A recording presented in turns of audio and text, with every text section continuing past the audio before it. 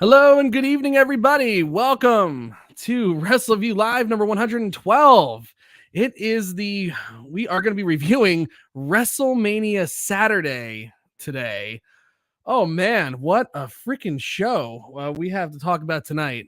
Everybody's been talking about it. What's WrestleMania going to look like without Vince McMahon, who looks like, if you've seen the post, he truly looks like Gomez Adams or something crazy is going on with Vince. I don't know. Like he lost all of his power, went crazy. That whole thing about the mustache is true.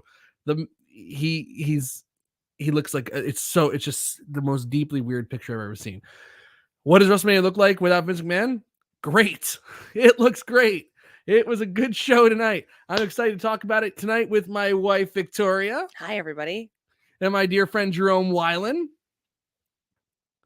Get a thumbs up right there. And we're waiting on Roy Nemmer. He'll be here momentarily. And we also want to make sure that we say hello to all of our friends in the chat room, including Daniel Shale, who's talking about the Vince McMahon derangement syndrome. I talked about it on Post Raw. A lot of people are wanting to, they just can't believe. They can't believe that Vince McMahon can come back and not actually wind up impacting storylines all that much. We got Andrew Elder. I see Victoria sad that Miz wasn't really the host, as Snoop said. Well, that was, you'd think you'd want to promote Snoop Dogg, I guess. I don't know. But kind of amazing. We got Nafis Sadat, our dear friend Nafis Sadat, who about Vince's mustache says it's a light porn stash. It kind of is. I don't know, like that Amazon commercial with the girl with the mustache, that seems to also be Vince McMahon's mustache as well. It's kind of gross. We got Mashoon Walls here. We have Brett Farmer. We got Grash here. A lot of people. I thought I saw Brian Farmer in there for a little while. I don't know. We got Randy Torcola. We have Meteski. I don't know who. I hope I'm saying the name right. I don't know. Quentin Walters. The Wrestleview hype machine is with us tonight, and many others. And we have Jamel Watson. Thank goodness. Jamel, who joined us on Post Raw, live from Phoenix, for our Post Raw show, which was great. It's great to have Jamel on, and we hope to have, maybe we have to talk to Jamel, but we hope to have him on Wrestleview again in the near future, which would be nice. Your camera is frozen. Can you switch to turn off your Wi-Fi and see if the Ethernet will work? Sure. We'll see what happens. We'll just take Victoria out of the camera for a second, and we're going to add somebody who's just as equally good looking, Mr. Roy Nemmer. Tonight, Roy Nemmer is here with us. How are you, my friend? I am doing good. How are you guys? We're good. God, a really good WrestleMania. Really, what a if this was a standalone show, I don't even know. I don't want to get into it yet. Let me. I'm going to run down the card. Let's. I turned it off. You turned it off? Yeah. All right. Let's see. Little better. Wait, Victoria. Can everyone? We're good. Yeah, I mean, we can hear you. Kind of. I'm waving. We hear you fine with the video. No, I know. That's what I'm saying. I'm waving. I'm doing things. Wonky. We'll fix it later. Yeah, we'll be fine. The hand motions. I'm miming. I'm doing things. I'll fix you. Blank screen. What the hell? I'll fix you up. Don't worry. We'll turn Victoria off for now. You hell? can still hear her. You can still hear her just fine. Come on. Right, I'm going to run down the WrestleMania card real quick because God, this was an unbelievable card, and honestly, I'm a big baseball fan, so I'm into stats and stuff like that. There were some amazing stats coming out of the show tonight.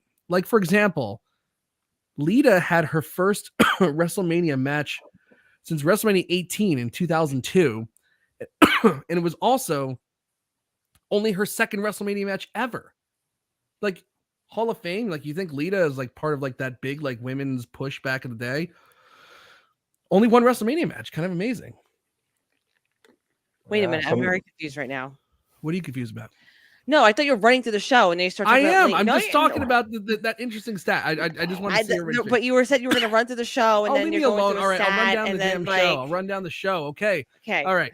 So in the opening match of WrestleMania, We had Austin Theory defeat John Cena to retain the United States Championship.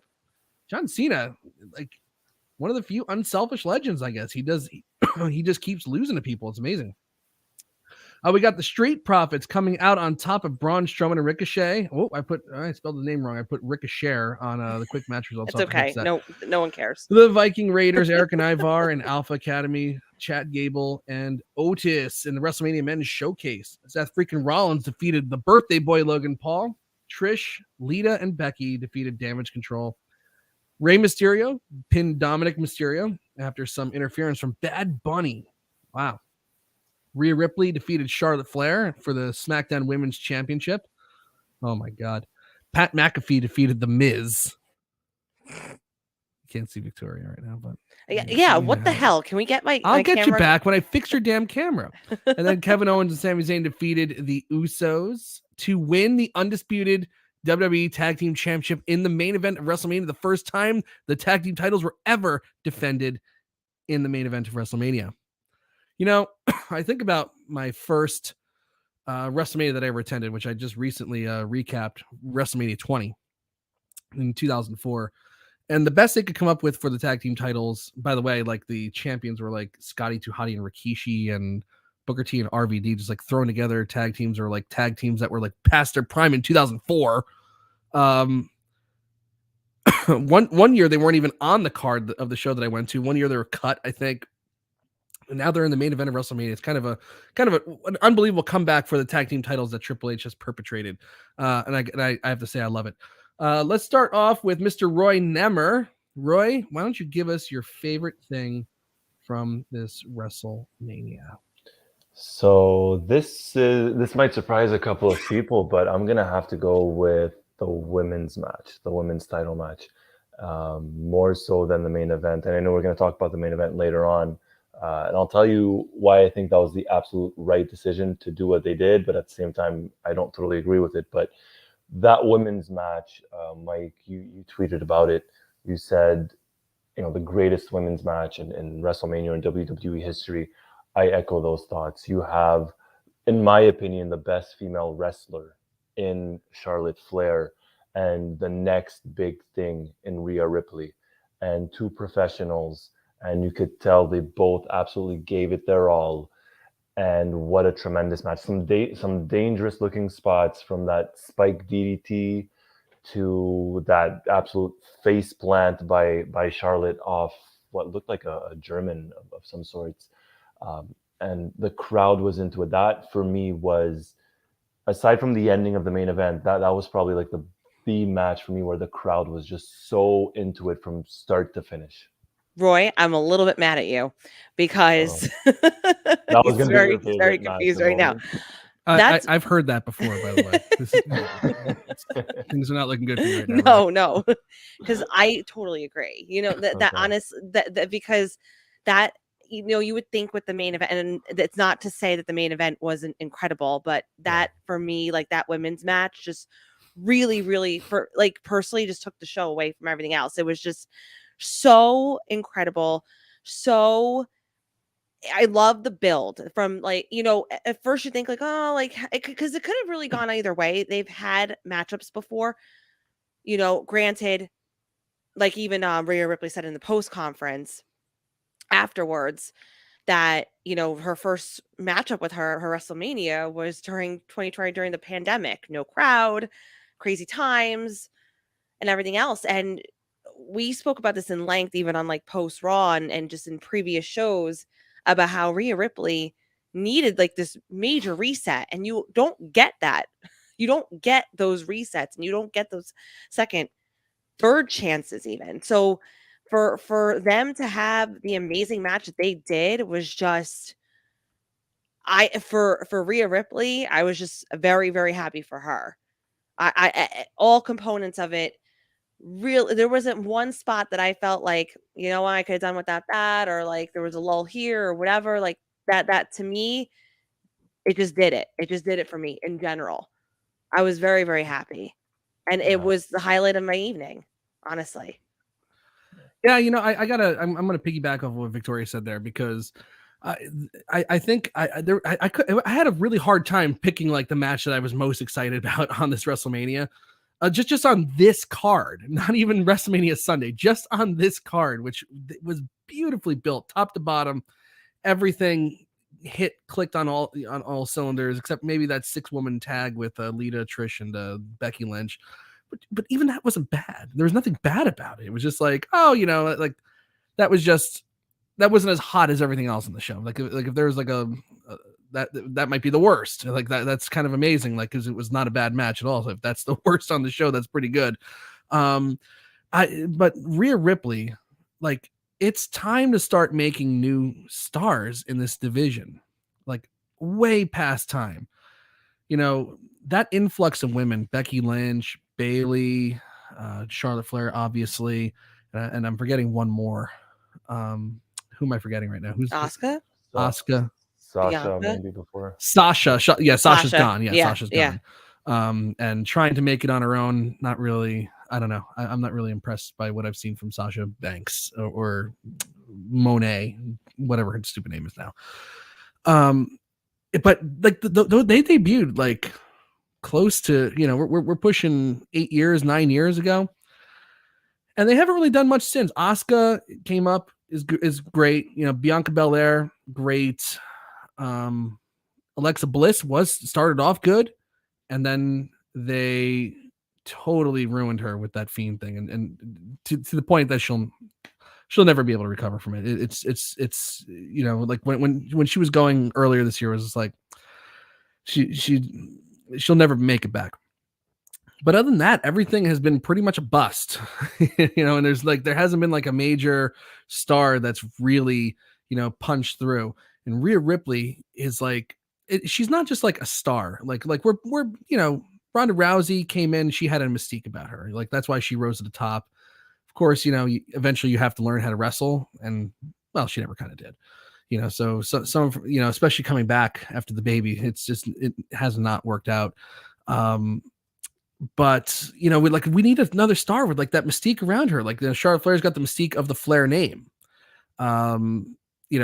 Bayley and Becky Lynch are, Becky Lynch created an aura around herself and made herself seem She's the special. man, And Bayley's yeah. just been kind of hanging on just because she was part of that 4 horsewoman thing. I actually think that of all of them, Bayley is probably the weakest performer of them all. But she manages to hang around because of that. But Rhea Ripley, God, it's like you just believe when she's in the ring that like she's the real deal. It's not like, okay, like here's these people, they're play acting, they're fake fighting. Yeah, I know it hurts. And I'm not saying that, it doesn't hurt or anything like that, but God, like she just looks different from all the other ones. And I was excited, 3 years ago now when 2020 WrestleMania rolled around, well, before the world shut down.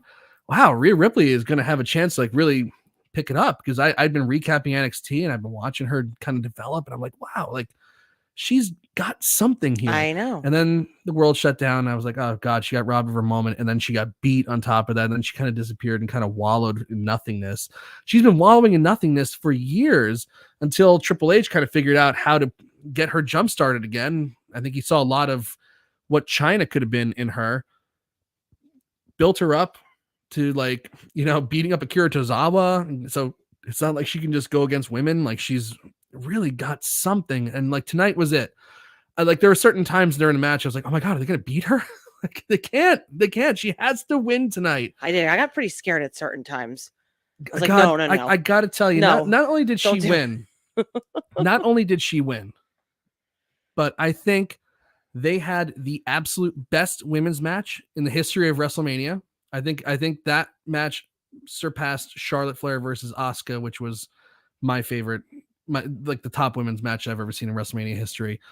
And like Rhea Ripley went from being a star in waiting to a star, period. Can I add to what you just said there? It was unbelievable. What an unbelievable performance. And like a women's match like I've never seen before. The physicality, the hits, the clubs to the back, Charlotte Flair, I don't know what happened to her face, but actually when she hit that Like German my face suplex when I and broke it. slammed her on her face, I was actually kind of happy about it because I was like, God, like I really want them to just undo all that horrible God. plastic surgery she got done to herself. Like, look, you know, I'm not a good looking man. I know this, but like, This is true. Don't say that. It's just, you know, I feel for the women in this company that feel like they have to like put themselves through all this insanity just to kind of keep a certain look. Like Natalya has completely ruined her face. Like, and Charlotte Flair, when she disappeared for like, you know, 9 months and then came back, like looking like, I don't know, but not Charlotte Flair. I was like, oh, good. They undid all that stuff with that German suplex. Tonight was her reset, her facial reset. Well, anyway, what were you gonna say? Sorry. I actually can't remember now. What was I gonna say? Oh, crap. Well, anyway. No, it was important. Was it? Was it? Yeah. About the best women's match of all time? Oh, okay. Yes. There you go. All right. So, you know how there's always these catchphrases or like the commentators, they always kind of like exaggerate and embellish like certain things that were said. Roy, I see it. The Do you wanna 3-on-3. go first with The it? 3-on-3. Yes. Go for yes, it. Okay, yes, go for it. absolutely. Yeah. Because I feel like when they embellish things, if they say like, oh, this is like the best match of all time, this is whatever, like when you're I saying hate it's that. best like women's match, you know what I mean? Like this definitely is in that ranking of like one of the best female matches like at WrestleMania. So I can't sit there and be like, oh, they're exaggerating. Like this is definitely not like one of those matches, and you know, whatever. But this definitely lived up to that from what they were actually saying. Sorry. Well, what I was gonna say is, and I do agree with both of you. There was a part in the 3-on-3, I know we're going to talk about that later on, where Corey Graves said these are the 6 best women in wrestling right now, something along those lines. And I'm thinking, like, I can't name you one Dakota Kai match. Like there's one thing to say it and to embellish a little bit, but it was, anyways. Yeah. But yes, this was, it's not over exaggerating by any stretch of the imagination, I don't think, to say that Charlotte and Rhea just had easily, in my opinion, anyways, the best women's match in WWE history, at least. Yeah, I think so. I mean, like, what, like, definitely, it's probably up there as one of the best in history. I still think probably the best women's match that I've ever seen in person and on television for WWE was Charlotte Flair versus Becky Lynch at Evolution for the last woman standing match, which it was just I can't even imagine. Another great match really was Sasha Banks versus Bayley at that NXT takeover. Yeah, no, it was. that was a phenomenal match. Well built, good storytelling. Look who was, you know, the head writer for that show when that happened. You know, it's like maybe Triple H is onto something here. Hi Paul, indeed. You know, like I'm thinking like, you know, Bianca Belair versus Becky Lynch was great last year. Sasha Banks versus Bianca Belair the year before that was really good. Charlotte Asuka, I think, as well, from a couple of years ago. Charlotte Asuka, to me, that was probably the best WrestleMania women's match ever until tonight. Yeah. And up there, obviously, because of how shocking it was to see that streak end. That to me, like, put it over as like that's one of the best women's matches that the company's ever had. Until tonight again, like really, like I'm trying to think of a better women's match. I mean, like there are matches that like, you know, kind of stick out, like Trish versus Lita from that Raw in December or something like that. But man, like it doesn't get any freaking better than what they did tonight. And, you know, everybody bitches and moans about Charlotte Flair being over, you know, constantly having the title. She comes back and automatically wins the title. She's a Nepo baby. Yes, she has the Flair name, but Charlotte Flair would be great anywhere. She's just a great performer. She's a tremendous professional wrestler. I think you got to throw out all those Nepo baby things. You know, yes, she certainly definitely got her foot in the door. But I think if Charlotte Flair decided if her father wasn't Richard Flair, if she decided to get into professional wrestling, she would still be in the spot she's in today. I think she's that good. I think she could have done it even without the name. Yeah, she like a pseudonym and had no. If she did not, if she was not related to old banana nose, horse tooth Ric Flair, she would still. Okay. Well, I'm sorry, I went full Terry Funk. I right mean, there. really, Jerome knows what I'm talking about. Not necessary. No, that's what Terry Funk used to call him. Oh, y'all banana nose, yeah, your horse tooth. I love that stuff. That's the best. But again, if she wasn't related to Look at him, Jerome. if she wasn't related to him, I still think that she would be a top star. I just do. I just do. Anyway, Jerome, what did you feel about this match?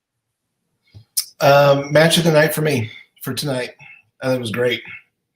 I thought it was the spots were great, and I thought with Charlotte smiling and then clapping down, at ringside, that said a lot about Charlotte as a professional. Passing the torch to Rhea, who deserves it. And it will be interesting television now that Rhea is the SmackDown Women's Champion with Judgment Day on Raw. So I'm looking forward to seeing how that all works out. But yeah, great match between those two women, well deserved. The near falls were great. I really enjoyed it. Yeah, I'm still like hung up on that German suplex on her face. I mean, like the athleticism of Charlotte Flair and the toughness too. It's like, she's not just a pretty blonde. She's like, she's tough as nails. I think Daniel Schell makes a good point here too. That the crowd really they were there for everything tonight, everything, and they could really, it's like Charlotte Flair and Rhea Ripley could have that banger of a match. They could have the same exact match, and if the crowd was sitting on their hands the entire time, I don't know if I'm thinking about it as like something great, because you have to also be able to get the crowd into it. You have to tell a good enough story that the people are into it. They did that. I mean, the storytelling was well done leading up to this. The history, this is another thing that Triple H does. He plays on the history, and they even talked about that on the post conference with Sami Zayn and Kevin Owens. How satisfying is it for you as performers that you have this history? You have history in the area. You guys got started here. And you can actually use that in storyline to build off and really, make your matches even that much more important. What a concept, huh? What a concept, to call on the history of what they've done in the past, that, that Rhea Ripley, got kind of screwed, because of the pandemic and wasn't ready yet. And all, it's just so good. I'm just really happy. I'm not one to give people second chances and again third chances or whatever, but this is her first chance. Yeah, it's right. All those others are fake chances. I feel excuse me. I feel like she definitely didn't have that opportunity, so it was just nice to see that that it finally came to a head tonight, where she was able to get the real experience of winning a title, WrestleMania crowd, and just having an amazing match too. So I'm a happy camper. Yeah, Rhea really showed what she can do at the Royal Rumble, at that women's Royal Rumble match. She really showed what she's made of, and I was really impressed. I wasn't a fan of her up to that point, but after that women's Royal Rumble match, I'm like, Rhea's got it. She's got it going on.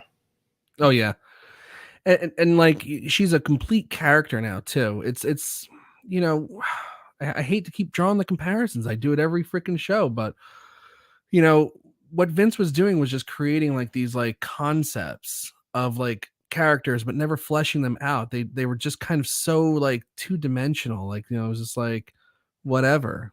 Rhea Ripley was just oh yeah, the goth lady. Okay. Nothing to her. There was no purpose, she could be a goth lady, or she could be, some blonde Australian lady. There would be literally no change in character, no change at all. Now she's got this depth. She's the manipulator. She's the eradicator. She's manipulated Dom Mysterio into turning on his father and turning on his family. And you can see that she's the one pulling the puppet strings. And she's really almost the pseudo leader and mastermind of the Judgment Day at this point, and she's this evil force, really. It's she's got so much more depth to her just in a few months from somebody else getting a shot at booking these people and saying hey, what made wrestling great 20 years ago when it was super, super hot?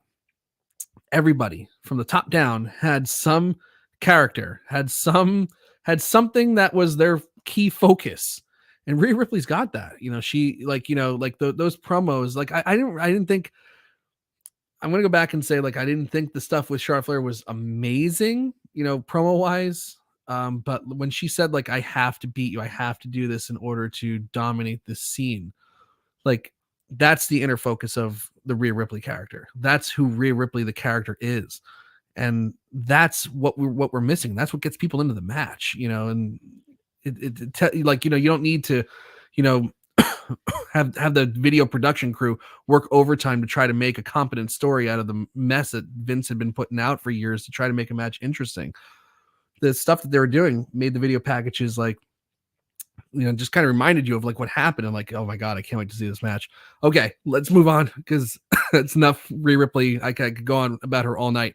Let's go to Jerome. Jerome, what was your favorite part of WrestleMania other than now the women's match? I enjoyed the commentary. I thought Michael Cole and Corey Graves were very entertaining tonight. They were definitely having fun. They're being produced differently under Triple H, I think. They don't sound strained. They just sound natural and organic. And it was very enjoyable listening to those two tonight. I got to tell you, I loved Corey Graves was great tonight, especially during that Pat McAfee thing. It was so funny. Oh my God. Like George Kittle from the 49ers was out with Pat McAfee. Yeah. And when Kittle shoved the Miz down and like helped McAfee win right at the end, he got like this, like he was just going crazy the entire time, pissed that McAfee's coming back and getting all this TV time. And he's been there for the whole year. And, it's like, God, like he's going to be on TV. It's going to be all they talk about. Ridiculous. Right as they were like fading out to go to a commercial or whatever, Corey Graves just goes, oh my God, McAfee and Kittle don't, rubbing their IQs together isn't even the size of, isn't even more than my shoe size or something like that. It was just such a great line. But yeah, great. Michael Cole, God, like, you see the difference, Jerome. Like you can hear the difference in having that I don't even know what you call it, that creative stopgap in his headset the entire time with Vince. Yep. Like everybody's like, oh, Vince is back because he took a picture of the Great Muda. Not really, because like if Vince was back, he'd be on commentary tonight. He would be in their ears, ruining everything. Yeah, Jerome would not be saying, right? Correct me if I'm wrong, Jerome. If Vince was truly back in commentary, that would not be one of your favorite parts of the evening. it would be buzzwords. No, no, you can tell the difference. You can absolutely tell the difference, how they're being produced. It was fun tonight. And also the fans. I mean, the fans were hot, and that was fun to watch the fans' reactions and seeing them on their feet. And that was a lot of fun too. So, but the commentary was definitely number one for me for my favorite part tonight. I'm sure that it'll be great tomorrow night too. Yeah. I'm just so blown away by Michael Cole, because for years, like he got dogged, for, I don't know. Really, it was just the way Vince was producing him, but they're like, oh, everybody's like, oh, Michael Cole sucks. Part of it was like some bad feelings based on the way they handled Jim Ross, right? Like the way that Jim Ross stopped being the lead commentator for Raw was like unexpectedly having him traded during like the draft lottery and moving him to SmackDown and Michael Cole to Raw. And like, it's like, okay, they didn't tell Jim Ross that was happening. He was furious. He almost, I remember right before that SmackDown taping, and I think it was back in 2008, it was right when I started. Jim Ross was like, I'm quitting this company. Like, it was unclear if he was even going to come in. And I think through the years, kind of Jim Ross kept kind of digging up Michael Cole and making sure that the fans kept some bad feelings toward him. And of course, it doesn't help that the way that Vince produced him, like, made him just insufferable as well. But yeah, I gotta tell you, getting Vince off his headset, like really, it started at like SummerSlam, where I was like, oh my God, like Michael Cole doesn't suck. Wait, he's actually good? What the hell? No. I like when he throws out the history too. That's great. Yeah, I love that. I mean, like that's what journalists do. That's what commentators should do. Again, what a concept, right? It's not like you like watch Monday Night Football and like let's just say that like it's like the Jets versus the Dolphins or something like that, and like they talk about like the historic rivalry between the teams. It's not like, oh, I'm going to shut off Monday Night Football because they have an old rivalry. I don't want to hear about history. I don't care about that. Like, come on, that's what builds stories. I never understood that, and just never understood that. Yeah, but I mean, with Corey Graves, when he was agreeing with Michael Cole during the whole Dominik Mysterio thing about how Dominik went too far, I don't think under Vince he would have been said. He wouldn't have said those things under Vince. So it's just I just like the way he's kind of that in between heel babyface type, kind of middle of the road, which I really like from him. Yeah. I like that. Like, you're right. Like that thing that Corey Graves did where he's like, all right, you know what? This is actually really hard to defend from Dominik.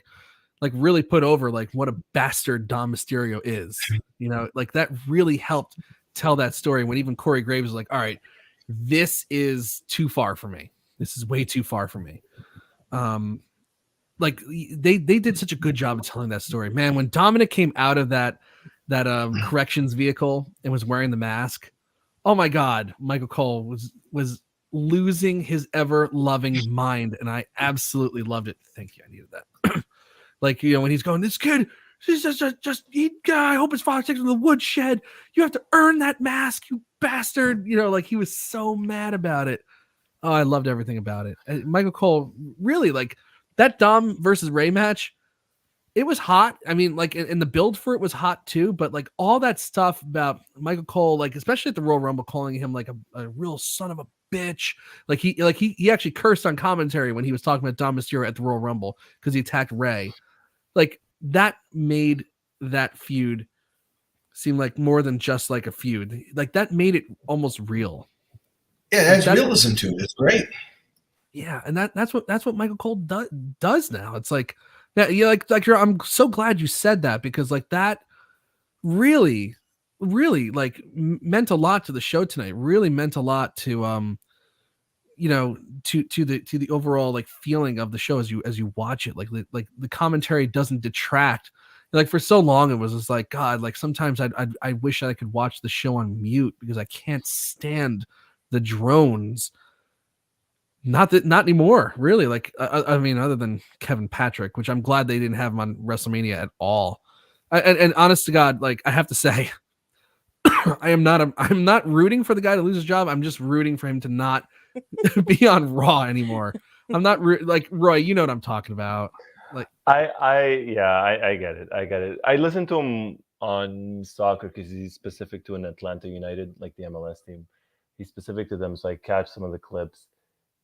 He's more made for that or those kinds of sports as opposed to wrestling. I don't think he's doing a particularly bad job. I just think it's different, and then having to adjust constantly cannot be easy, right? Not always easy. So, but I get it. I'm cutting him some slack. Yeah, no, I know. I mean, I've tried, and honestly, like, this week was like the first time that I said anything about him. It's been like, I don't even know how long it's been, like 6 months or something like that. I've been like, all right, let's give the guy a break, give the guy a break. He's not that. What was that guy's name? That freak from Jimmy. No, not Jimmy Smith. I thought Jimmy Smith was great. I never understood why they got rid of him. I thought that he had, like, just as he was clicking, they got rid of him. Oh, the one before. The other guy. What the hell was that guy's name? Mauro. Arda. Mauro. No, it wasn't Mauro Ravello or something. Ravello. Come on, chat, help us out. Yeah, help us out, chat. But that guy sucked. He was only on for 6 weeks, and they've Adnan Verk. Thank you. That guy. Okay, I went way back. Yes. He's. Oh my God, that was just a disaster. I mean, like, when you make Mike Adamle seem like a good idea, Jesus Christ. Jerome, you wanted to say something? I was going to say, I wish they'd bring up Vic Joseph, but I understand why he's on NXT, because Mackenzie Mitchell's his wife and she's on NXT. So it makes total sense to me, but Vic Joseph would be a better choice in my opinion for me. Yeah, I mean, I like Vic Joseph, and he was on Raw for a time. He was on Raw. I think he was on Raw when they were doing the Dio Madden and was it Dio Madden and Jerry Lawler? And they replaced him with Tom Tom Phillips, which is now Tom Hannafin, and doing commentary in Impact Wrestling. He's doing play-by-play there with. I love Tom Phillips too. He's not a very faithful man. That's still one of the most legendary. Oh my God, that picture. Oh my God, I got to find that. And Man. I'm just gonna show everybody. yeah, like Very faithful, yeah, man. and poor Vic Joseph has not really had a chance to come back. I did listen to him a bit on Stand and Deliver today, and he was good. I think that Booker T kind of just like hold them back though. Booker T's awful. He's awful on color commentary. He just needs to go. Oh, here it is. Oh my god. Just on the topic of NXT real quick, did anyone else realize that technically the show started at 10 a.m.? Yeah. Yeah. We said that we said that today. We're like, oh wow, like that's a long day. It just clicked for, like, I was watching the show and I'm like, and then Booker T said, I've been up since 6. I'm like, why is this guy up since 6? And then I did the calculations in my head. I'm like, they're 3 hours behind. Shit. Yeah, that crowd's gonna come Monday. They're gonna be dead. They should really take off of work, those people. This is the best of Tom Phillips right here. The face, the tweets to this poor woman. I mean, it's not exactly how I want to think about Tom Phillips, but I every time I heard his voice, I always thought about these texts. People have a kinky side to them, Mike. I mean, I guess. Right? I guess. But geez, man. Whatever tickles his pickle, man. I don't know. I'm still laughing with he's not a very faithful man, but Yeah. Well, I mean, he was engaged at the time he sent those, and that's why the girl flipped out. I don't blame her. Oh well, I guess. Anyway, so Jerome loved the commentary. Victoria, let's go with you. What was your favorite part of WrestleMania? Okay. Saturday. Aside from the women's. The main event.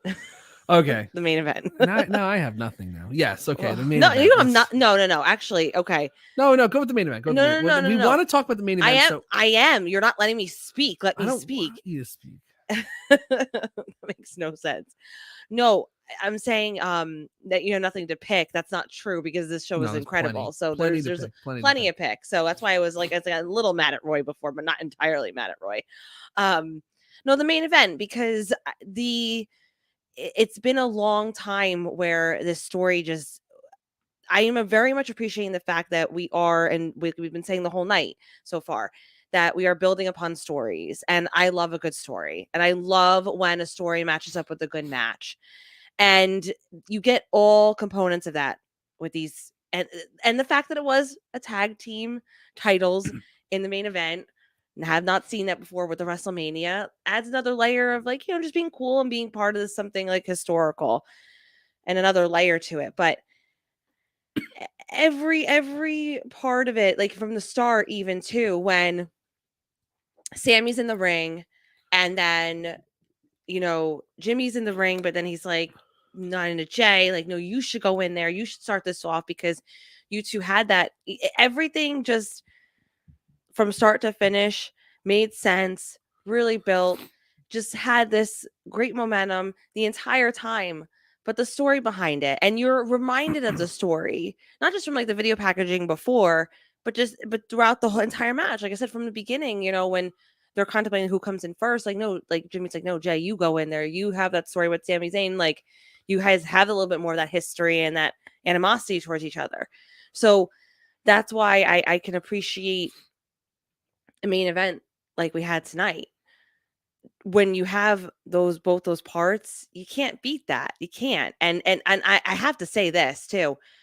Usually by like the main event of WrestleMania, well, especially when it was like one night, but usually by the main event, you're kind of like, you're exhausted. You don't really like, not that you don't care, but you're just kind of like, something's really got to like happen in order for me to be impressed. Yes. But I found myself like just as hyped and just as curious and just as excited as I was, really towards like the beginning of the night. So granted, that could be just because it's less amount of time and they are dividing it up and whatever, but like I have to say, tomorrow they really got to step it up because this was one hell of a way to end the show. And the fact that they won too, I'm like, yeah, that's awesome. Making history again tonight of like, they never won tag team titles together. Really freaking cool. The whole brothers concept, bloodline concept, family concept, different types of brothers. Different too. types of brothers. Yes, You know, blood exactly. brothers and road brothers. For Owens and Zayn. Yeah. I have to say, like that's actually a really good point. That I was really curious after Rhea Ripley and Charlotte Flair like that because it was just so damn good. I'm like, wow, like maybe I was wrong because I was really harping on post Raw that like the tag title match should be the main event, and I was like, wow, maybe I was wrong. Like that's about as good as it gets. And then they go out there and remind me that they had a tremendous storyline going on, and they can and these are 4 experts at telling an excellent story because they've been doing it for quite a while now, and like literally everything they do is great. But I have to say I got to give the credit for I got to give the credit for the hype for the main event to the Miz of all people. You're welcome. not because I'm trying to curry favor with my wife here, but really like that cool down with the Miz and Pat McAfee was like really that was like a nice buffer because like I don't want to go from like banger to have to like have another banger. Like I want to laugh and like I really did get a chance to laugh with like the Miz and Pat McAfee, and Corey Graves is amazing on that. Miz was just it was good. Like that really like You kind need of that like good buffer. it kind of got me to come down a little bit and so that I can be brought back up. Yes. Yes. I gotta say maybe that this might be a career highlight for the Miz. I said it on Monday. Miz is, I'm telling you, when they said he was going to be hosting, Jamel asked me that day, he's like, what do you think about the Miz hosting? I'm like, this is a perfect role for him. He's at that point in his career where he can, that's where his spot is. All right, let's not go overboard on the Miz. We're talking about the main event. WrestleMania. Okay. I mean, you mentioned it, so you really saying. like. No, but I can tell that you're about to go into a 5-minute diatribe about how great the Miz is. Oh no, that's for later. Don't you worry. For Christ's sake. All right, hopefully when we're off the air. Roy, what did you think of this main event? I was conflicted, to be very honest. I loved it. I think it was the fact that it went on last. I think was obvious that they were gonna win. So, and there's nothing wrong with that. So I enjoyed that. I don't mind that they went on last, even though I still think Rhea and Charlotte should have been last. My main grip with this is I don't think this should have been for the tag titles, just because. And I understand the history. I get it. For fuck's sake, I live in Montreal, so I get the whole Sami Zayn, Kevin Owens thing. But it's just the fact that they're not a tag team. Like, in my head, they've built up the Usos so much. 600-day title reign. In my head, I'm like, whoever beats them, the tag team that beats them has to be that tag team that continues or that needs the belts to elevate them. Say, just, I don't know, the Street Profits or someone or anything. So I don't think this match needed the titles. I get why they did it. That's my only complaint. Okay. That's really my only grip with this, that it should not have been for the titles. But I guess I understand why they did it. That's just my only little thing with that. See, like I totally get that argument. I totally get that argument. But it's just like they ran through all the other tag teams, so like if it was Street Profits, it's like they beat them at like I think SummerSlam and Money in the Bank. Yeah. Like they've beaten Braun Strowman and Ricochet. They've beaten everybody. They just have. You're like all those top tag teams. It's like Roman Reigns ran through everybody. So it's like who's going to be the person that's probably going to unseat him? It's probably going to be Cody Rhodes tomorrow night. Somebody that is coming into the company kind of fresh. That Roman hasn't run through yet. It's like if somebody like let's say that Kevin Owens beat Roman, like just for example, like beat Roman Reigns at Royal Rumble. It's like kind of like a Pyrrhic victory because Roman had already beaten him. It's like, all right, well, he got his win back at that point. Yeah. No, and that is true. There's no one else for them to beat, right? Like you said, they went through everybody. But in my head, I'm just thinking, and I was watching this match with a couple of friends. I told them, like, how cool would it be in a way, if the Usos win and Roman loses tomorrow, and then we get this whole thing on Raw where the Usos tell Roman, you blew it. We were able to take care of the Kevin Owens and Sami Zayn problem, and you weren't able to take care of the Cody I thought about that too. Yeah, that would have been nice. But at the same time, you have to have, as Andrew said, you have to have that feel good moment for WrestleMania. And this was certainly it. I love the match. I thought it was great. The fans were really into it. So I don't get me wrong in regards to that. I just don't know if it needed to be the tag titles. But to your argument, Mike, like you said, there's no other tag team. So yeah, and also you got to push that thing too. Like I actually thought that like the Usos probably like, especially when they hit that double splash on Kevin Owens. Like I even tried to like put my emotion into the recap for that one because I was like, I could not believe he kicked out of that. I was like, okay, well, the Usos are going to retain, and then that'll be like, oh, like the pressure's on Cody Rhodes now to like try to like just take the bloodline down a little bit. Mm-hmm. Now it's like now the pressure's on Roman Reigns to keep the title so that the bloodline isn't imploding. It actually goes to tell a really good story that ties into the main event of the next night. It's like this whole symbiotic thing of like the interconnectedness of like all these storylines. Kevin Owens and Sami Zayn for a year, or in Owens' case, it's 2 years really, trying to take down this organization, this faction. And finally tonight they got the payoff. It is kind of odd that that they became a tag team and just wind up in the main event for the titles. But the storyline was told so expertly that like you can kind of overlook those things. I think. Yeah. And it's not.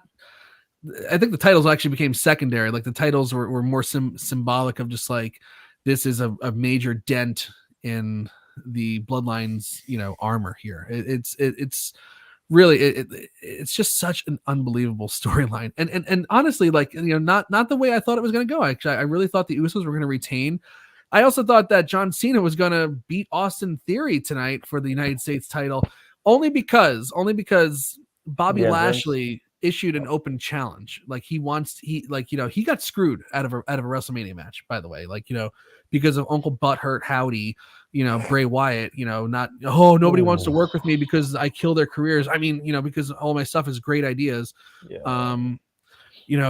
Bobby Lashley gets screwed out of a WrestleMania match. So they actually have a thing where he has an open challenge. And I was like, okay, well, what if Cena wins the United States title and the next night he comes out and issues an open challenge for the United States title and then Bobby Lashley answers? Wait, sorry. So I must have missed this. Lashley has an open challenge for Sunday? Well, it didn't happen tonight. So he put on social media and they pushed it as well on the show that he's that he has an open challenge out there for WrestleMania. Interesting. I missed that. Hopefully someone like LA Knight gets it, but I hope so. I hope it's LA Knight or maybe Bobby Lashley gets added to the Brock and Omos match or something like that. I don't know, but I was kind of saying on Post Raw that it's like kind of screwed up that let's say that that whole thing that happened in Elimination Chamber was supposed to be like whoever wins that match Bray Wyatt was going to go after with Brock and Lashley, and it wound up that Brock low blowed Lashley and lost.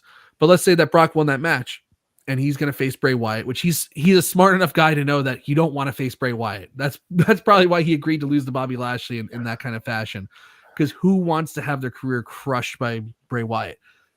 But let's say that Brock was going to face Bray Wyatt and Bray Wyatt gets butthurt and leaves. There's zero chance they leave Brock Lesnar off the card and put him in the Andre the Giant Battle Royal and just say all right, well, next year. Zero chance. So why is that okay for Bobby Lashley? Bobby Lashley deserves to be on the WrestleMania card. He's been tremendous all year. Yeah. It's Lesnar can get away with a lot with 99. Actually, Lesnar can get away with anything, right? The day Vince is leaving or retiring or whatever, he's about to leave the arena. He doesn't give a shit. So maybe Lashley is more, and I hate to say this because I actually love Brock. Maybe Lashley is more of a company man. He's like, yeah, sure, you need me to do this, I'll do this. And he's getting stepped on, right? Because he doesn't deserve the treatment that he's getting. Not at all. I'm still hopeful that tomorrow he'll be on the show. I think he will be. In some capacity. I think there's going to be, hey, you know what? Maybe the Miz issues another open challenge. That's okay. So after when that was happening tonight, we at first thought, Mike and I first thought it was Lashley were coming out. We're like, awesome. Yeah. Like not tonight necessarily that he'd be like, I'll face you tomorrow, but I'm thinking maybe tomorrow there's like that, like Bobby Lashley's like, oh, you issued this challenge or whatever. Like, here I am. I issued a challenge. So he deserves to be on the card in some way. Like that, that's just not right what they did to him. It really isn't. No. Just because of somebody else's, hurt feelings or whatever. Like, you can't do that to the guy. He worked his ass off all year. Like, give him a WrestleMania match. Have him do something. But to go back to the main event, Jerome, how did you feel about the main event? I thought the Usos were going to retain. I was expecting them to retain. So I was thinking originally that maybe Usos retain and then FTR shows up either on Raw or SmackDown, because they have a match next week on Dynamite where if they can't win the AEW titles from the Guns, they leave AEW. They're gone. I mean, I'm sure they're WWE bound. So I think that Owens and Zayn are probably transitional champions. I don't see them holding on to the belts for too long. I think it's short-term booking for those two. Maybe by SummerSlam we'll see a title change. Maybe before then, maybe at Money in the Bank.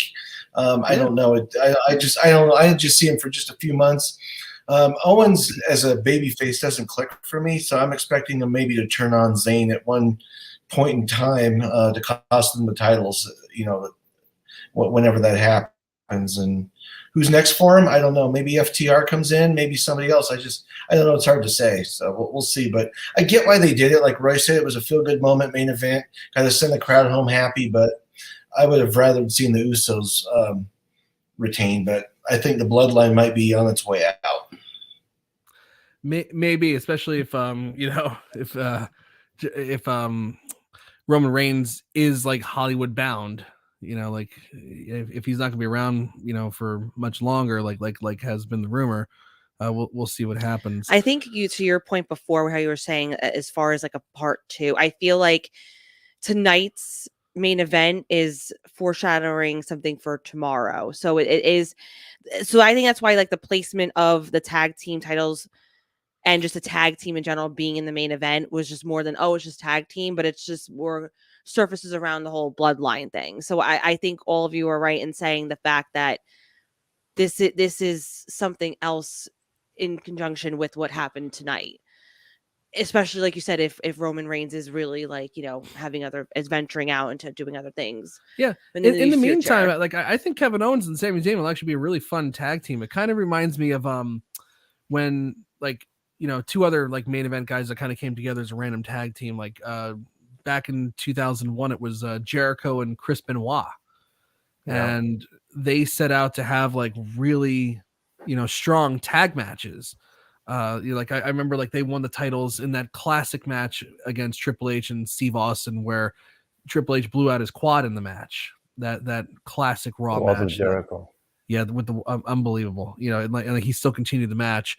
But like I think like the next SmackDown, they were having a TLC match. Like I could see like Kevin Owens and Sami Zayn going out there and like really helping, now using their WrestleMania main event rub 2 years in a row for Kevin Owens, by the way, 2 years in a row in the WrestleMania main event, using that WrestleMania rub to get over a team like the Street Profits or the Viking Raiders, and like just I have a feeling they're going to be like defending the titles a lot and having banger matches against great teams. It's going to be pretty cool. I think it has the potential to be pretty cool. At least. I think, Jerome, you also made a very good point that in terms of like future possibilities, if they do have these like fun, like kind of one-offs with the other tag teams, but then if Kevin Owens does wind up turning on him, because that would kind of make sense. Like, hey, you turned on me like at one point. Like now this is almost like, keep your friends close, your enemies closer. Like I'm going to pretend not like, that we are brothers, but like you really did hurt me. Like I'm going to turn on you. So there's whole different areas that they can go into this. Like there's so many different possibilities. And that's why, like for me, like I don't mind them winning, because I feel like there's so many different ways you could go about it with these two. Yeah. Absolutely. Yeah, I wonder if maybe on the Fallout show, maybe they'll call up somebody from NXT, like Pretty Deadly. They've that maybe they'll just show up and have a short feud with Owens and Zayn, and I don't know. Something. Yeah, there's a lot of possibilities. There is, and you know, people were saying in the chat before they do need to bring up more NXT people. So there is that, you know, even though there's a lot of people like in the company right now that they should be utilizing more and stuff like that, but now NXT, like those individuals have to come up. So you have to start utilizing them, and you have to start building up even more people. So yeah, and Kevin Owens and Sami Zayn, really, they have no egos where they'd be offended losing to somebody. No, I don't think so. Pretty Deadly, like after seeing them on Stand and Deliver today, I don't think that. I think they have a shelf life if they got called up to the main roster. But like, you know, like a team like the Creed brothers, they look pretty damn good. Well, especially Julius Creed looked especially good. Brutus, I think, needs a little more work. Gallus is a whole complete component, but they're the tag team champions right now, so I don't think that's happening anytime soon. But look, I like there's those enough guys. there are enough tag teams on the main roster right now. You know, like I think everybody's excited about like the potential return of the NXT Raw after WrestleMania call-ups, which really which historically have gone nowhere. By the way, historically that's been like a death sentence for some of those guys. Because they come out to the big pop and it's like, okay, well, what are you going to do next week in front of a normal crowd? But we've never had Triple H in charge. That's what I'm saying. So that is like the major league difference. But there's still so many tag teams that are, I mean, like we saw the WrestleMania showcase tonight. I thought the showcase was going to be decent, like, but as soon as they started with two people in the ring, I was like, okay, this sucks. I hate this already. Just as a rule, I hate that. Because today they did a triple threat tag in NXT, and all three teams had a member in the ring. Like why the hell would you ever tag somebody who's not your partner? But they did it a little differently today. It was like, okay, like you could see they're trying to avoid the other corners so that they don't get tagged out and stuff like that. And it wound up being a really phenomenal match. It was just so much fun. Great. Yeah, it was great. It was just a total spot fest, but everybody had a chance to shine. And like, you know, again, like I think they're trying to accentuate like the tag team division, like Braun Strowman and Ricochet. That's kind of like a random thrown together tag team in a way. Like that's a viable tag team, you know, like these, like the Alpha Academy looks like a viable tag team. You know, Street Profits are a great tag team. They've been for a while. Viking Raiders, who've had more start and stops than almost anybody other than Dolph Ziggler, looked phenomenal tonight. Like I think there's enough on just on the main roster right now that could keep Kevin Owens and Sami Zayn busy for a while. Especially they're going to have rematches in perpetuity right now with the Usos. So there's a lot of good. Look, we're picking and choosing here. Like, you know, there's no wrong way they can go right now. No, I don't think they can do anything wrong right now. Honestly, knock on wood. yeah. Where's my wood? Let's go come back. There you go. All right, Mike. Your turn. We took all yours, but what was your favorite part of the show? There's still some good stuff there. Plenty of stuff on the card. How about let's talk about freaking Seth freaking Rollins versus Logan Paul, please? Oh, damn it. No, but please. Come on. Logan Paul has tonight was his 5th televised match. Incredible. I know. I hate him. Incredible. I hate him. What he did. I hate him, but he's so good. But I hate him. You gotta give the devil his due. I think he's one of the best in-ring performers that WWE has signed right now. He has the best buckshot lariat in the world. He's got the best buckshot lariat in professional wrestling. He's got the best personality of as a heel of anybody in wrestling, because he's just a natural douchebag. He's got a great look. He's extremely athletic. Like the guy can, you know, throw a pretty good worked punch, you know, at Seth Rollins. He can be a shithead heel. Yeah. And he can also, at the Royal Rumble, springboard off the top rope and clash with Ricochet and meet Ricochet, who is one of the best flyers in wrestling, you know, at his level. He can do a coast to coast. He can do the big hardcore splashes through tables. He can do it all. He has a hell of a GTS, as Jamel says too. I agree. Like that looked really damn good. Yeah. There's nothing the guy can't do. Even like when he lost tonight, like he was like sitting there kind of like pouting. Like he made it seem like I really felt like this was a super important match to him, and he was like disappointed in himself that he lost it. Look, I expect Seth Rollins every year to have like a phenomenal WrestleMania match. Yeah, good point. So like when Seth Rollins had a phenomenal WrestleMania match against Logan Paul, like it's like, yeah, well, it's Seth Rollins. He'll have a great match against anybody at WrestleMania. But it's not. But Logan Paul more than carried his fair share of the load, and in fact was just as good as Seth Rollins was, just as good. Yeah, My God, he more than held his own. He more than held his own, and credit to whoever thought about ever signing him, because not just in the ring, outside of the ring, the clicks, the money he's generating. I'm looking at his video right now on YouTube. That frog splash thing onto the table. Uploaded 2 hours ago, has 2.5 million views so far. That video. right? You're gonna tell me a couple of those might not think, what's this WrestleMania WWE thing? Maybe I should give it a shot.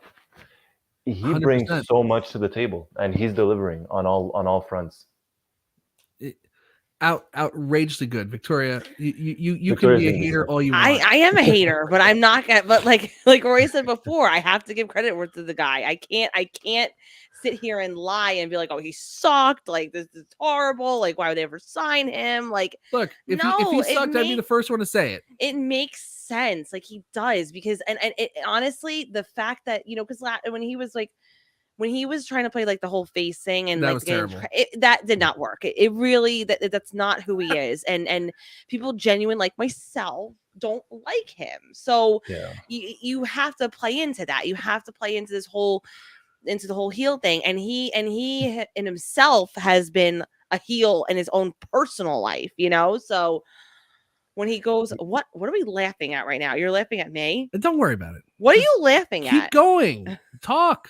I can't. For Christ's sake. But okay. Can I just say this real quick? Why? What the fuck? Wow. Okay. Wow. First F-bomb of that goes Victoria here. That guy, I honestly, I've never heard like honestly, I don't follow social media all that closely at all. Like Logan Paul, I knew the name because like he did that terrible thing in that Japanese forest or whatever. But like this guy KSI tonight, I've literally never heard of him. When they removed the mask, I was like, what's R-Truth doing in that energy drink mascot costume? Like, what is? Oh my god! Like, I was like, what the hell? I was like, R-Truth is with Logan Paul. I honest to God, like, and R-Truth was trending on Twitter tonight because like a lot of people thought that It was R-Truth. Yikes. Yeah. No, I know. No. Is that why you're laughing? that's. I mean, I was just thinking about. Like, Oh, okay. Because I thought you were whole- laughing at me. I'm that like, what whole the thing. hell Like, did no, I was do? not laughing at you. Well, don't feel bad, Mike. I had no idea who KSI was either. I'm like, what's a KSI? I don't know. I'm getting old. Is that like REI, some type of like I story? Yeah. I I did don't know. not tell you at all. Roy, have you ever heard of KSI? I did, or I have, and purely because of soccer. I still have no clue who the hell this guy is because True. I don't listen to whatever it is he does. But just because of the World Cup, he was involved, so I'd heard of him there. Other than that, no clue though. I'm as clueless as anyone else when it comes to him. But I was kind of hoping it was R-Truth after a while. I mean, No. I'm getting old because I should be told to like now I know Bad Bunny was a thing, like obviously a major Yeah. performer, a major artist. But when he first came into wrestling, I was like, what the hell's a Bad Bunny? Like I really had no idea. But I mean, apparently these people are very popular. Yeah.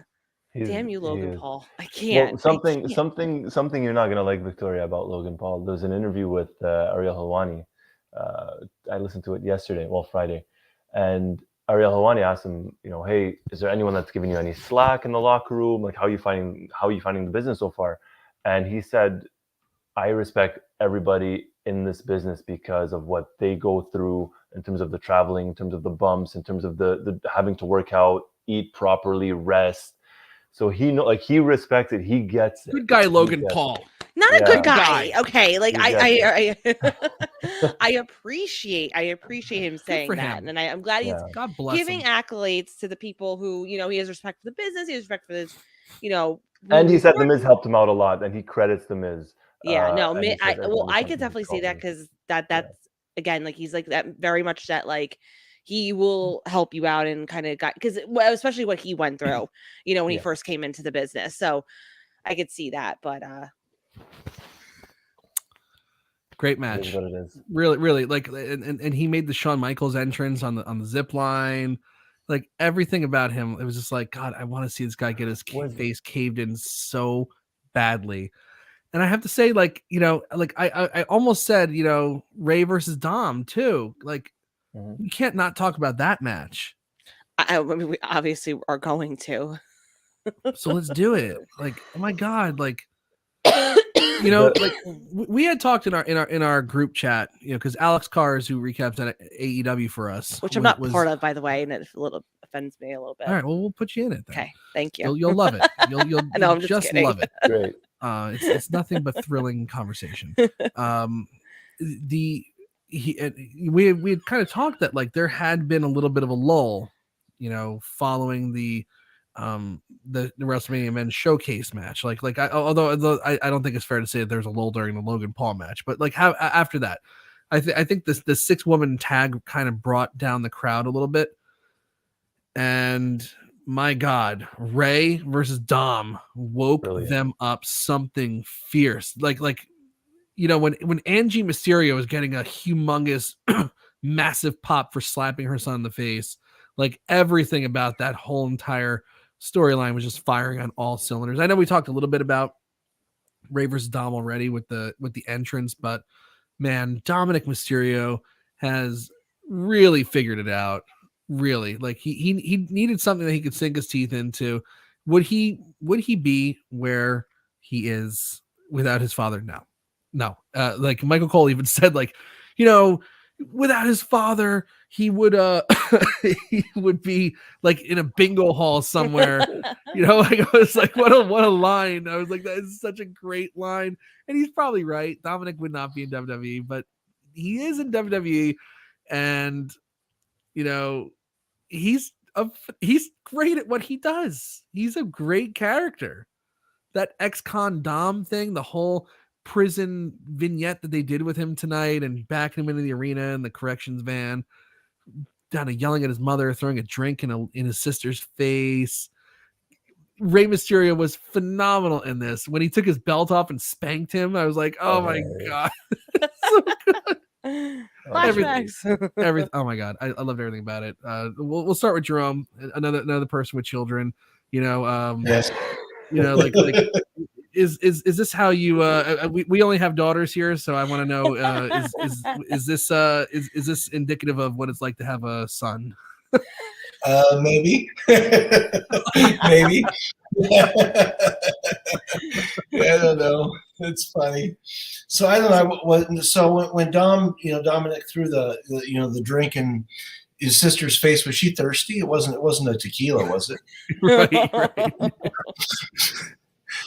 It was like the slow motion of that too. Like he really got her pretty damn good. Yeah, well, maybe we're having a little fun with MJF and the Revolution pay-per-view, but with the whole drink thing. But yeah, but no, I mean, it was a great match. I thought Dominik was going to go over, but I guess this closes the feud. Maybe Ray moves on, Dominik moves on. I don't know if maybe Dominik will actually turn on Judgment Day or leave Judgment Day. I was thinking that maybe somehow he screws Finn Balor tomorrow night. Just he turns babyface, saves it, and comes back and helps Edge. I don't know. That was the first thing I thought about, because I mean, where do you go from here with Dominik? I don't know. I mean, the feud's done, but kind of, but they got the thing in Puerto Rico with Bad Bunny coming up. Yeah, that's true. He did rip the chain out of Dom's hand. So I mean, yeah, he did. That's true. So maybe we got a Bad Bunny Dominik match in Puerto Rico at Backlash. Damian Priest. Yes, exactly. I was going to say Damian Priest and Dom versus Ray and Bad Bunny. That could be. Yeah, I didn't think about that. That could be. Yeah, I can see that. I can definitely see that. Yeah. For the Latinos. Yes. Yeah, the LWO is back. Yeah. Oh yeah. Of course, you could do stuff with like Legado del Fantasma versus the Judgment Day now. Like there's a lot of stuff that they actually opened up quite a few doors for this. So Yeah. Maybe Vicky Guerrero comes back. I don't know. We'll see. I'd love She's to see leaving that. AEW in July. She's leaving AEW in July, so maybe she'll come back. I don't know. Just in time for her to excuse herself at SummerSlam. Perfect. Excuse me. Yeah. School Dominic for being a Brad. I don't know.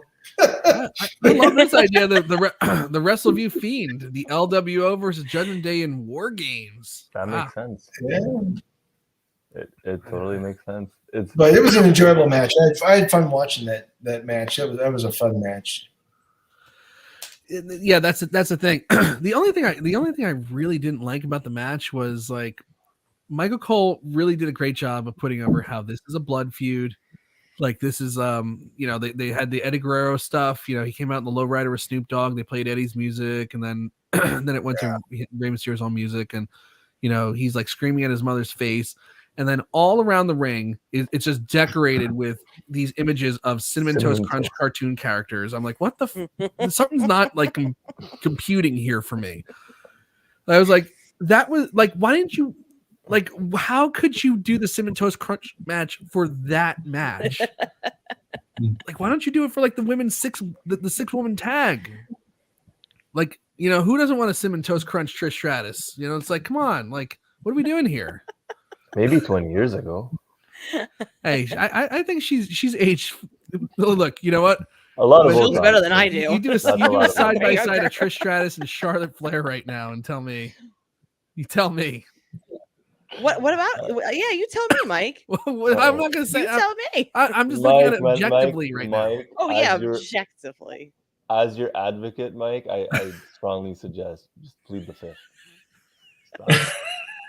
I'm gonna plead the fifth. I haven't heard that I look that good. I tell you look beautiful every day. Oh yeah, sure. What were we talking about? Cinnamon Toast Crunch. There you Yeah, go. Cinnamon Toast Crunch. Back on topic. I was just like, what is this like cartoon Cinnamon Toast Crunch dude doing on the ring post as Ray is driving his son into it? I was like, just weird, deeply weird. I was like, oh.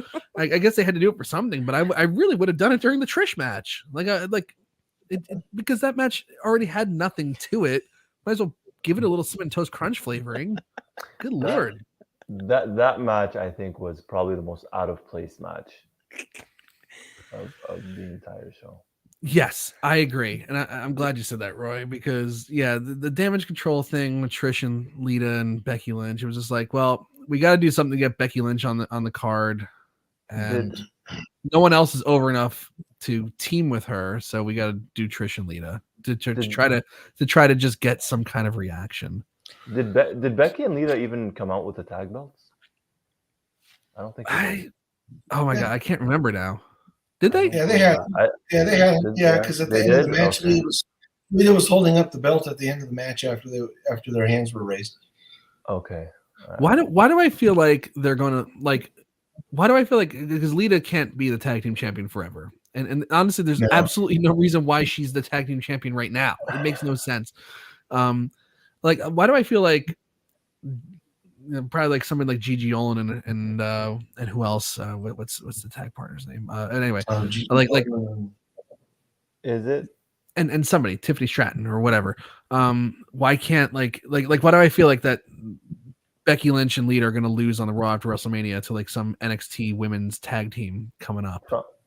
Probably, but is it bad that I think Lita's probably still better than 90% of the women? No, because and I'll better than Dana Brooke, and I'll tell you why. When we spoke about this on the post Raw show, there is a serious problem with the women's division. As good and as great as Rhea Ripley was tonight with Charlotte Flair, and tomorrow night we have Bianca and Asuka. Like, there are these few women that are incredible and who have star quality and have characters. We talk about characters, right? Like they have distinctive characters. There's a lack of characters, and there's a lack of just they they were doing really well when like the Women's Revolution was coming up and like they had that Evolution show and everything, but then they really like went on a decline again. Like they're not prioritizing them. And again, to Triple H's defense, he has to work through everything. Like he can't just work miracles in a short amount of time that he has. But he's done a lot to improve it. But they have to start, and a big step is going to be getting these NXT women up and utilizing what they were doing in NXT and enhancing upon that, because we've seen all too often when they were coming from NXT, they're not even a fraction of what they were doing when they were there. And they're a totally different character when they come to the main roster, and they lose themselves. And then it's like, then we're scrambling and we're going back to square one, essentially. So Lita being who she is, and then like still being like in that, still being that who she is, and Trish Stratus and who they are, they're legends of reason in their own right, because they're good, they're great wrestlers, and they had good characters. Yeah, which a lot of these women are lacking. This is what we talked about on Post Raw a little bit, that Triple H had so much, or Paul Levesque had so much to focus on building back up. Yeah. Let's start off by getting everybody a freaking character first. He tried to bring back some of the people that, I guess he thought didn't get a fair shake, only to realize that Vince wasn't always crazy. There's a reason why Karrion Kross didn't make it on the main roster. And he brought him back, and guess what? He still stinks. He's not great, even though they've given him a chance at least to fail. I don't see anything in that guy. There's a couple of people they brought back with that. I guess he was kind of hoping that I'll bring back some of these like good wrestlers like a Mia Yim or a Candice LeRae, and just kind of debut them with like no fanfare, and just thinking like, oh, people remember them, they'll get over it. And it didn't happen. And it's like, all right, well, that whole scene I'm going to focus on later. Like Rhea Ripley, Liv Morgan, they did a good job building up. Those are going to be our focuses, for the next few months. That'll at least get us over the top. And then we can, after WrestleMania, I do expect that for WrestleMania, there's going to be a real focus on getting the women's division to where the tag team division is now. The tag team division that could, has enough intrigue in it to main event WrestleMania right now. That's pretty good. Yeah. So we'll see what happens. But I feel like there was just so much to do that the women did take a back burner here. And they also have to just like trim the fat at this point, where they need to stop there, because there are certain individuals who have been there, and you could tell that like they just don't have it. Like I say this for the men also. Like if you don't have it, you don't have that. It's not working. Don't just let it be, and like just have them like do jobber stuff, and that's it. Like, because you can't make somebody, and whoever's a Dana Brooke fan, I'm sorry, she's not doing it. Like, you know what I mean? Like even like it's like a Lacey Evans. Yeah, she just doesn't have it. It's like it's not gonna happen. It's not. You could Triple H could do all he can do and make a character and whatever. You still have to put effort into it, and you still have to have like, let's just put it this way. Somebody like Alexa Bliss, who, sorry, Daniel, who is, No, you don't have to say sorry, Daniel. Look what he just said to you. Oh, Daniel, screw you then. But somebody like Alexa Bliss, who clearly has what it takes to, because she's great in the mic and everything else, but the Fiend stuff really hurt her. But somebody like her, if they did rework her character, and she can do it. So if they really did like a full reset, and they put like in time, invest, and see what she really can do with that, they can do it. But somebody like Dana Brooke, it's just not working. So just don't put your time into it anymore. Yeah, and they have some people that have been on the roster forever. Like Jamel just mentioned, like Natalya and Tamina should be shifted to the trainer coach roles. Like I don't even like Natalya should definitely be like somebody who coaches people in ring, but she should not be teaching them how to like act, how to act or act like women stars. She's the worst professional wrestler I've ever seen that cannot connect with anybody. She's been living off her family name forever. She's got good fundamentals, but that's it. She has no character. It's like watching a piece of wood trying to emote. It's like when Liliana comes home with one of those art projects that they do in school, where you just kind of glue some googly eyes on a piece of wood and like shake it around. Look, the eyes move. Isn't that cool, honey?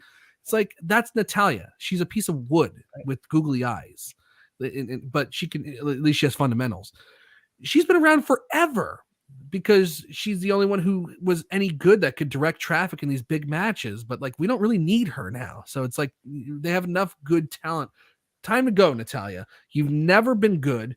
You've never shown any type of character. No one really cares about you other than your You have a uncle. weak bladder. Let's just and your father. Just move on with your life. You're an embarrassment. Doesn't she have like an OnlyFans with her sister? Yeah, like it's so weird, deeply weird. Like No. Mandy Rose gets fired for having, you know, an OnlyFans, but she can go and like finger bang her sister on what the hell's going Do we on here? remember? I don't understand. That's, like- Andrew, I was about to say that the farting Natalia. No, that stinks. What would she say that? Oh god, that was so bad. That was like to Eva Marie or something like that. I remember that. So bad. Yeah, they gave her a farting gimmick. I think that's why Vince kept her around for so long. Oh, she likes the farts. I love farts. Aha, good stuff. It's good shit, bro. You know, like Tamina, another one. You know, that's a nepo baby. You know, Snooker's daughter. She stinks. Never improved. Dana Brooke never improved. Time to go. It's like, let's get some good people up there and start. You know, like Jamel made a good point. Like let's infuse the roster with people that can go. Give them some good characters. Give them some stuff to sink their teeth into. You know, like I want to see. Just for the Rumble. What's that? Was Nia Jax just for the Rumble? I think she was just for the Rumble. Right. And again, you know, that's another one. I was like, you know, she was up there for like 5 years or something like that. I think, and did nothing. Yeah. Really, like showed like real no improvement. You know, but again, like, you know, under Vince, no character either. She's just some big lady in a really tight outfit that's too tight for her, and you know, just throwing people around with reckless abandon, injuring them, and he's going to keep her because she's the monster.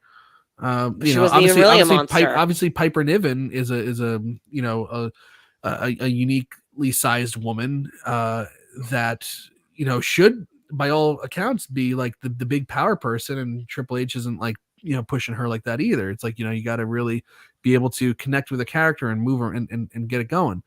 So yeah, well, I don't know. I think that there's going to be a big focus. I think come SummerSlam, we'll be talking about, wow, what a turnaround the women made under Paul Levesque this time around, because he's got things going with the things that should be going. Right.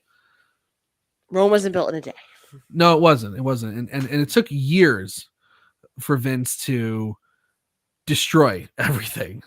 And it's I don't think it'll take years, but it's going to take a long time to undo some of the damage that he did. And tonight, this whole entire WrestleMania went a long way to doing that.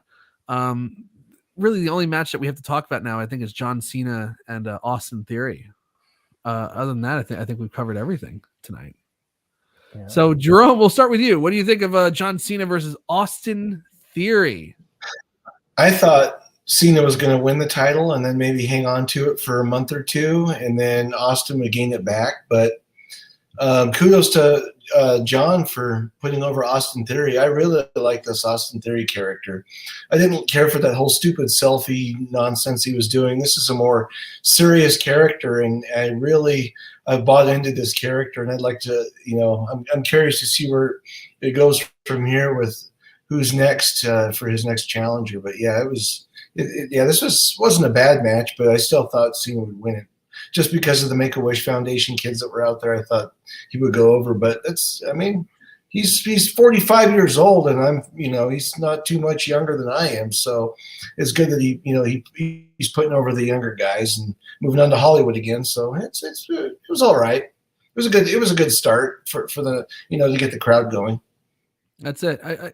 I think that like it was a basic match. It like really like. There was nothing special to it other than like the big thing was just getting Austin Theory in the ring with John Cena. John Cena just bringing that star power, that rub, laying down for Austin Theory is good enough. Like they don't need to have like this banger match. They just need to get the crowd fired up. They did what every opening match on a pay-per-view should aspire to do. Get the crowd fired up, set the tone for the evening. I think they more than did that. And also, take a guy who is on the up and up, like Austin Theory is the up and coming guy. Get him to that next level. and in the WrestleMania opening match. And that's what happened here. It's like, Austin Theory's been kind of like bragging about, oh, I'm the future, I'm this and that, but with no like, signature wins to back that up. That tonight was his signature win. It didn't need to be like this unbelievable banger match with like, dives to the floor and all this stuff. It just needed to be a match where Austin Theory can beat a legend. It could have been Mick Foley in this thing if Mick Foley could still go in the ring. There's not a plethora of legends out there anymore that can really go. And John Cena is just about as big as it gets. Babe Ruth of WWE, really. So I think I see some people saying that the match was flat, but I'm like, the match did exactly what it was supposed to do, and you don't need to do too much. Just getting them in the ring and pinning John Cena's shoulders to the mat is enough to make Austin Theory. He can. It'll be like Chris Jericho beating The Rock in Austin. Go back and watch that show. Both of those matches were not great. Both of the matches were not great, but he made a career off of that. Right. Austin Theory can get his career going on a win over John Cena in a decent match. Yeah. So maybe next year after, Cena in the Hall of Fame, maybe. Possibly, and really like it's so great that like John Cena, like he can't come in as much as much as everybody would want him to now because of his movie career and everything, but. When he said, to The Rock, all those years ago in those promos that like, you like, I love this thing. You didn't love it as much as me or whatever it was. John Cena has no business being in the wrestling ring anymore, does not need to be in the wrestling ring anymore. Yet he still wants to be in the wrestling ring and he wants to contribute. He wants to help. He put Roman Reigns over at that SummerSlam. He stuck around and did house shows, during that run to help drive the gate. He did dark match. What's that? He got killed by Brock Lesnar at SummerSlam. He got killed by Brock Lesnar at SummerSlam because that was what was best for business in 2014. And here tonight he puts over Austin Theory. It's like, wow, totally unselfish. Totally unselfish. He's done a lot of things that most other legends would not have done or wouldn't do, to be very honest. And tonight, like you mentioned, Mike, it served its purpose. It didn't have to be the match of the night. I don't think anyone really expected it to be match of the night. No. I thought the fact that it went on first and it's the name John Cena and everybody loves to hate Austin Theory and the whole, the Make-A-Wish Foundation having the kids there, and that threw a couple of people off. I think a couple of people started to think maybe Cena was going to win that. I think anything other than an Austin Theory win tonight would have just been detrimental. Oh yeah, because John Cena's going to disappear. I think the reason they were in the opening match is because Cena wants to get home. He probably made it back to Tampa before the main event even happened. It's like, just get it done.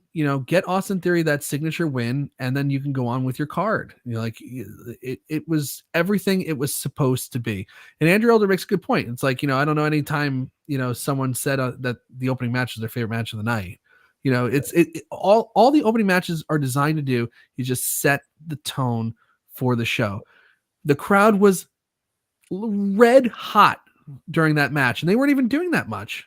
Perfect. That's what you want. Get them going. That bled into the men's WrestleMania showcase. Like that. Like I think the reason that match was so hot was because the crowd was so fired up already. Good stuff. Like I don't know. I think that's good stuff. The only time that anybody ever said that was probably Brett versus Owen, WrestleMania 10. WrestleMania 10. Triple H versus Daniel Bryan, WrestleMania 30 was also another very, very good one. But the main event was still better, I think, than the opening match with Daniel Bryan and Triple H. But anyway, just some really, really again, top to bottom. I think this is if this was a standalone show, this would probably be the best crafted WrestleMania ever. We got a potential match of the year so far with Charlotte and Rhea. So 100%. What Sunday?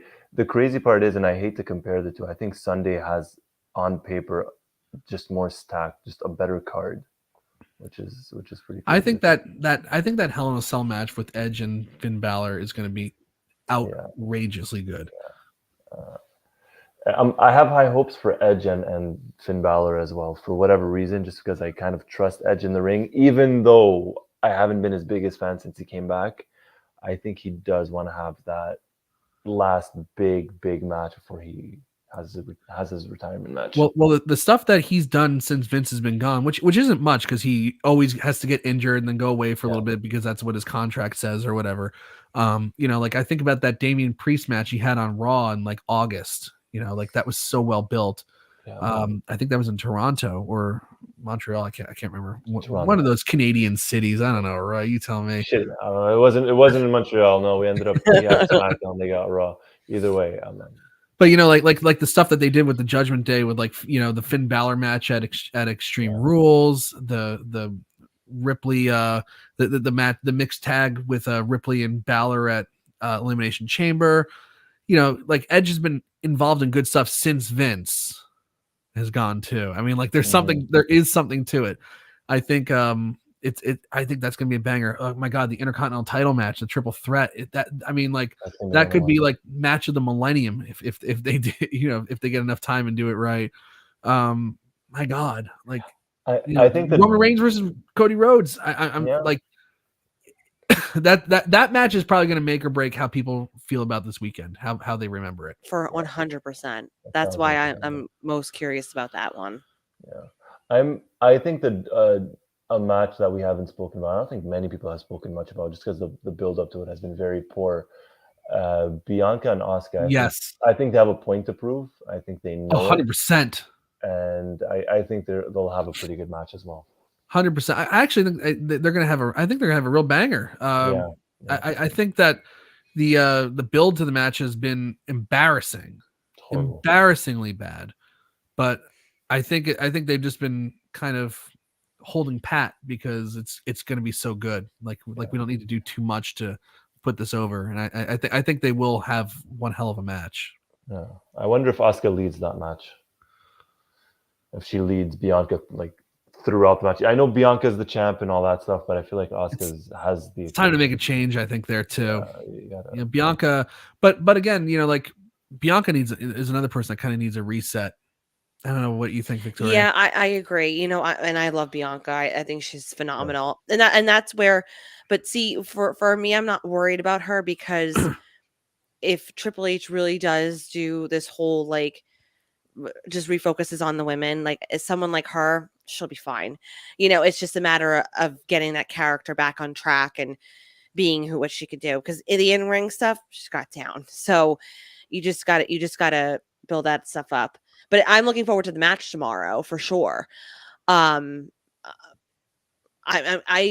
love actually comparisons sometimes. I don't like to do it, but I am very curious to see how certain things that are kind of like faring up that are like, you would look at it and see like, oh, that's kind of like the equal to this match, like how it will fare up. But I think it's going to be another great show just by tonight and everything.